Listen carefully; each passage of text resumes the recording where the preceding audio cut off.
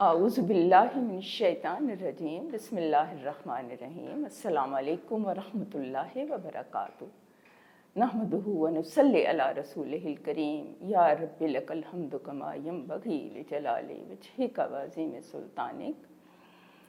ساری تعریف، ساری بڑائی، ساری کبریائی اللہ رب العالمین کے لیے ہے، جس نے ہمیں بے شمار نعمتیں عطا فرمائیں۔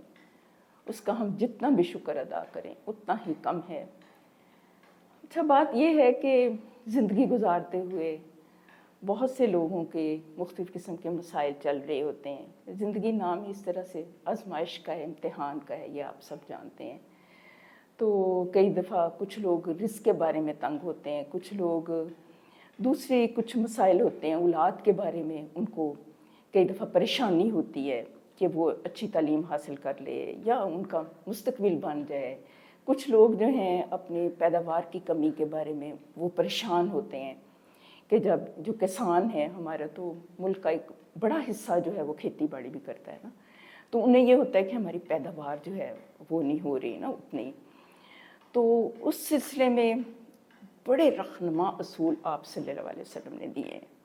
میں اگر اس کو عنوان دوں نا کہ ہم یہ والا، تو اس کا یہ ہوگا کہ کشادہ رزق اور لمبی عمر کا کیا راز ہے۔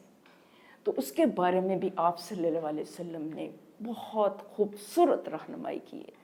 سبحان اللہ، سبحان اللہ، آپ کے اوپر لاکھوں کروڑوں درود و سلام، بے حد و بے حساب، انگنت لا تعداد، کہ زندگی کے کسی بھی مرحلے میں، کسی بھی گوشے میں آپ نے انسان کو تنہا نہیں چھوڑا۔ لیکن یہ ہے کہ کوشش بہرحال شرط ہے، انسان کوشش ضرور کرے، تو اس کے بارے میں آپ نے رہنمائی دی ہے۔ اب یہ ہے کہ ہر انسان چاہتا ہے کہ اس کی زندگی میں برکت ہو، خوشیاں ہو، پیار بھری زندگی ہو، اس میں کشادگی ہو، فراوانی ہو۔ تو آپ صلی اللہ علیہ وسلم کے فرمان کی روشنی میں چند باتیں عرض کرنے کی کوشش کروں گی اللہ تعالیٰ کی توفیق سے۔ آپ صلی اللہ علیہ وسلم نے ارشاد فرمایا کہ اللہ اسے کشادہ رزق عطا فرمائے اور لمبی عمر عطا فرمائے جو اپنے رشتہ داروں کے ساتھ بھلا سلوک کرے۔ اور صلہ رحمی یہ ہے کہ رشتہ دار آپ سے ٹوٹنے کی کوشش کرے اور آپ ان سے جڑتے رہیں، وہ آپ سے بد سلوکی کریں پھر بھی آپ نیک سلوک کرتے رہیں۔ فرمایا وہ شخص جنت میں داخل نہ ہوگا جو قطع رحمی کرے۔ کسی ایسی شخص پر، کسی ایسی قوم پر رحمت نازل نہیں ہوتی جس میں قطع رحمی کرنے والے موجود ہوں۔ اب یہ دیکھیں کہ ان الفاظ کو اگر ہم اپنے دل دماغ کے اندر تازہ کر لینا، ہم آپ کے فرامین کو پڑھ کے گزر جاتے ہیں، ان کو سمجھنا بھی ضروری ہے کہ اگر یہ صلہ رحمی کا مطلب یہ نہیں ہے کہ وہ آپ کے رشتہ دار آپ کے ساتھ اچھا سلوک کریں تو آپ نے اچھا سلوک کرنا ہے، وہ تو عدلے کا بدلہ ہے نا۔ مراد یہ ہے کہ اگر وہ اچھا سلوک نہ بھی کریں تو ان کے ساتھ اچھا ہی سلوک کرنا ہے، یہ آپ نے فرمایا ہے۔ تو پھر اس سے کیا ہوگا کہ ان کے دل نرم ہوں گے، وہ آپ کے لیے دعائیں کریں گے، تو پھر اس کا اثر آپ کی زندگی کے اوپر آئے گا۔ پھر اسی طرح سے اس بارے میں نا بے شمار احادیث ہیں۔ آپ صلی اللہ علیہ وسلم نے فرمایا کہ کسی مسکین کو صدقہ دینے سے صرف صدقہ کا ثواب ملتا ہے اور رشتہ دار کو دینے سے دوہرا ثواب ملتا ہے، ایک صدقے کا اور دوسرا رشتہ داری کے حقوق ادا کرنے کا۔ یہ نسائی اور ترمذی میں سے ہے۔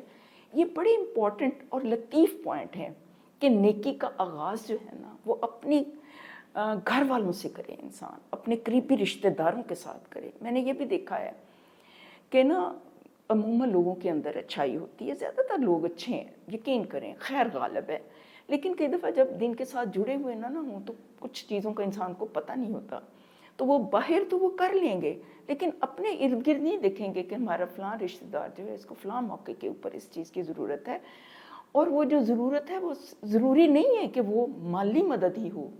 مالی مدد ظاہر ہے کہ وہ ایک بڑی عموماً اسی چیز کی زیادہ ہوتی ہے ضرورت، لیکن ان کو آپ کے اچھے بول کی بھی ضرورت ہوتی ہے۔ وہ کسی پریشانی میں ہیں تو ان کا دکھ درد سن لینا، ان کو اچھا مشورہ دے دینا، ان کی حوصلہ افزائی کر لینا، یہ ہماری زندگی میں یہ ساری چیزیں چلتی رہتی ہیں نا، آپ دیکھتے رہتے ہیں۔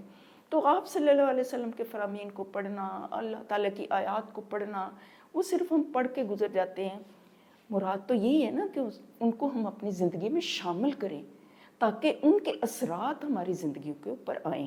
تو یہاں پر یہی کہا گیا ہے نا کہ جو اس طرح سے صلہ رحمی کرے گا تو انشاءاللہ تعالیٰ اس کی زندگی میں اور عمر میں برکت ہوگی. لیکن فرمایا ہے کہ اس طرح سے آپ نے طرز عمل کرنا ہے. پھر آگے بھی کچھ پوائنٹس ہیں وہ بھی میں آپ کے سامنے رکھتی ہوں. دوسری کون سا نقطہ ہے؟ اچھا، دوسرا یہ ہے کہ انسان کیا کرے؟ توبہ استغفار کرے. اور یہ بھی میں اپنی طرف سے نہیں بتا رہی. قرآن پاک میں سورۃ نوح کی بڑی مشہور آیت ہیں اور آپ نے بارہا پڑھی بھی ہوگی، سنی بھی ہوگی. وہ یہ کہ ایک دفعہ نا اللہ تعالیٰ اپنے قرآن پاک میں فرماتا ہے کہ حضرت نوح علیہ السلام نے اپنی قوم کو یہ تلقین کی کہ اے لوگو، تم اللہ تعالیٰ سے اپنے گناہوں کی معافی مانگو، وہ تم پر آسمان کو برستا ہوا بھیجے گا. یہ آیت کا مفہوم ہے. اور تمہیں باغوں سے نوازے گا، تمہیں اولاد دے گا، تمہاری قحط سالی کو دور کر دے گا. یہ مفہوم ہے، آیت ہے، غالباً آیت نمبر 10 یا 11 ہے سم تھنگ. تو یہ اس کا مفہوم ہے. اچھا، اب یہ ہے کہ پہلا پوائنٹ ہے صلہ رحمی، دوسرا پوائنٹ ہے توبہ استغفار کرنا. کیونکہ کچھ مصائب جو ہیں ہمیں پتہ نہیں ہوتا تو وہ کئی دفعہ ہماری نادانی سے اور گناہوں سے اور کمی بیشی سے ہم سے ہوتی رہتی ہیں، اس سے آ جاتا ہے. تو اس سلسلے میں ایک بڑا مشہور واقعہ ہے، غالباً میں پہلے عرض کر چکی ہوں لیکن یہ نقطہ بہت اہم ہے کہ اس نے آ کے نا ایک حسن بصرہ کی محفل میں وہ شخص آئے اور انہوں نے کہا کہ یا رسول اللہ صلی اللہ علیہ وسلم، میرے ہاں، ایک نے کہا کہ میرے ہاں اولاد نہیں ہوتی، دوسرے نے کہا میرے ہاں رزق کی کمی ہے، تیسرے نے کہا قحط سالی ہے. تو انہوں نے یہی کہا کہ آپ استغفار کرو. پھر انہوں نے اس آیت سے دلیل لی تھی. تو یہ والی چیزیں ہمارے ذہن میں رکھنی چاہیے. اب دوسرا پوائنٹ ہو گیا توبہ استغفار کرنا کثرت کے ساتھ. پہلا صلہ رحمی، دوسرا استغفار کرنا. ٹھیک ہے. پھر تیسرا پوائنٹ بھی ہے، وہ بھی بہت اہم ہے. ویسے تو بے شمار ہیں پوائنٹس، لیکن اگر ہم وہ سارے پوائنٹس اپنے ذہن میں نہیں رکھ سکتے تو کم از کم یہ 2-3 پوائنٹس تو اپنے ذہن میں رکھ لینا کہ اس طرح کرنے سے انشاءاللہ رزق بے شک اتنا ہو لیکن اس میں برکت آ جاتی ہے، وہ انسانی ضروریات کو کفایت کر جاتا ہے. تیسرا یہ ہے کہ سورۃ طلاق کی کچھ آیت نمبر 2 ہے اور اس کا یہ جز ہے، وہ میں آپ کے سامنے رکھتی ہوں. وہ کہتے ہیں کہ اس میں یہ ہے کہ اللہ تعالیٰ یہ نصیحت کرتا ہے ہر اس شخص کو جو اللہ اور آخرت کے دن پر ایمان رکھتا ہو کہ جو کوئی اللہ سے ڈرتے ہوئے کام کرے گا اللہ اس کے لیے مشکلات سے نکلنے کا کوئی راستہ پیدا کر دے گا. یعنی مراد یہ ہے ڈرتے ہوئے کام کیا کرنا ہے؟ گناہوں سے بچنا، نیکیوں کی طرف آگے بڑھنا. تو اس سے کیا ہوگا؟ اللہ تعالیٰ کی رضا شامل حال ہو جائے گی اور مشکلات میں سے نکلنے کا راستہ اللہ تعالیٰ دے دے گا. کیونکہ اللہ تعالیٰ یہ پسند کرتا ہے کہ ایک بندہ جو ہے صاف ستھری زندگی گزارے. پھر یہ دیکھیں کہ پھر آیت نمبر 3 کا جز ہے وہ، اور اسے ایسے راستے سے رزق دے گا جدھر اس کا گمان بھی نہ جاتا ہو. یعنی انسان سوچ بھی نہیں سکتا کچھ چیزوں کو، لیکن اللہ تعالیٰ غیب سے مدد کر دے گا. اور اس طرح ہوا. آپ صلی اللہ علیہ وسلم کی زندگی کو آپ دیکھیں، اس کو پڑھ کے دیکھیں آپ کی سورہ، مطلب یہ حضرت یوسف علیہ السلام کی زندگی کو دیکھیں کہ کس طرح ان کو کنویں میں ڈال دیا گیا. بھائیوں نے ایسے کیا تھا نا، اور پھر کیسے ان کی ہر چال ناکام ہو گئی اور کیسے اللہ تعالیٰ نے ان کو اوپر اٹھایا، کیسے بام عروج پر پہنچا دیا، حتیٰ کہ آپ کو سلطنت عطا کی گئی. یہ تھوڑی بات ہے. اور وجہ کیا تھی؟ انہوں نے تقوی اختیار کیا تھا، انہوں نے گناہوں سے وہ بچے تھے. اس خاتون کے ہر دو پیچ کو انہوں نے انکار کر دیا تھا. تو یہ وہ بات ہے کہ اللہ تعالیٰ پھر مشکلات سے نکلنے کا راستہ دے دیتا ہے. اللہ تعالیٰ قید سے نجات دے دیتا ہے. اللہ تعالیٰ وہ زنجیریں توڑ دیتا ہے. تو یہ وہی بات ہے، اس کے اوپر عمل کریں. پھر آیت نمبر 4 کا جز ہے، یہ سورۃ طلاق کی آیتیں ہیں. اور دانشور لوگ کہتے ہیں کہ یہ پڑھنے کا وظیفہ نہیں ہے، یہ پڑھنے کا وظیفہ نہیں ہے. میں تو وظائف کے اوپر زیادہ نہیں ہے میرا یقین. میں کہتی ہوں کہ انسان اس کے اوپر عمل کرے. یہ کرنے کا کام ہے. وہ یہ ہے کہ جو شخص اللہ سے ڈرے اس کے معاملے میں وہ سہولت پیدا کر دے گا. اللہ تعالیٰ آسانیاں پیدا کر دیتا ہے، آسانی ہو جاتی ہے. اب ہم دیکھیں مجھے کہ وہ پھر ذہن میں آتی ہے نا وہ چیزیں کہ حضور پاک صلی اللہ علیہ وسلم کے ساتھیوں کی مثال دیکھ لیں، جب انہوں نے اپنے دل اور جان کے ساتھ آپ صلی اللہ علیہ وسلم کا ساتھ دیا تو کیا ہوا تھا؟ تو اللہ تعالیٰ نے فرشتے نہیں بھیج دیے تھے مدد کے لیے؟ تو سہولت نہیں ہو گئی تھی؟ وجہ کیا تھی کہ انہوں نے گناہوں سے وہ بچے تھے اور نیکیوں کا راستہ اختیار کیا تھا۔ یہ اللہ کا حکم ہے، اس نے تمہاری طرف نازل کیا۔ اب آیت نمبر 5 یہ ہے کہ یہ اللہ کا حکم ہے جو اس نے تمہاری طرف نازل کیا ہے، جو اللہ سے ڈرے گا اللہ اس کی برائیوں کو اس سے دور کر دے گا اور اس کو بڑا ہی اجر دے گا۔ یعنی ایک انسان پاک صاف ستھری زندگی گزارے گا، گناہوں سے بچتے ہوئے، نیکیوں پر قدم بڑھاتے ہوئے، دل سے ہر طرح کی نیگیٹیوٹی کو دور کرتے ہوئے، کفر اور شرک کی گندگیوں سے اپنے آپ کو پاک کرتے ہوئے، سنت کا اتباع کرتے ہوئے، تو کیا ہوگا کہ اللہ تعالیٰ پھر برائیوں کو دور کر دے گا، اس کو اجر عظیم عطا فرمائے گا۔ کتنی بڑی بات ہے نا۔ اب آپ صلی اللہ علیہ وسلم کے کچھ فرامین ہیں، میں وہ آپ کے سامنے رکھتی ہوں۔ یہ بھی اس کے بارے میں، صلہ رحمی کے بارے میں ہیں یہ والے۔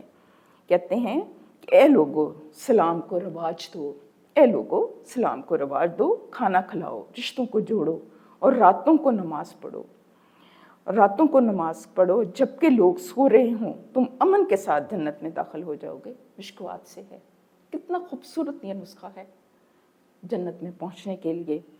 پھر یہ صلہ رحمی کے بارے میں یہ بہت زبردست ہے یہ بات نا، جو نبی کریم صلی اللہ علیہ وسلم نے تاکید کی۔ آپ نے فرمایا کہ اللہ نے فرمایا ہے کہ میں ہی اللہ ہوں، میں ہی اللہ ہوں اور میں ہی رحمان ہوں، میں نے رشتے کو پیدا کیا اور اس کا نام یعنی رحم بھی اپنے نام رحمان سے نکالا ہے۔ اب جو اسے جوڑے گا اسے میں بھی جوڑوں گا، اور جو اسے کاٹے گا اسے میں بھی کاٹ کر رکھ دوں گا۔